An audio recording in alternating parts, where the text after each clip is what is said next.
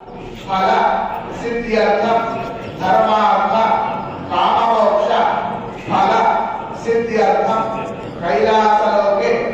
अनेक काल निवासान्तरम शाश्वत शिवपद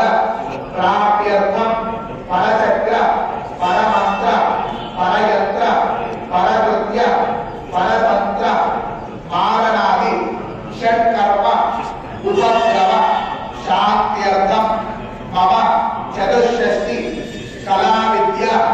प्राप्त्यर्थम भूत प्रेत पिशाच कामिनी मोहिनी नागिन्यादि नानाग्रह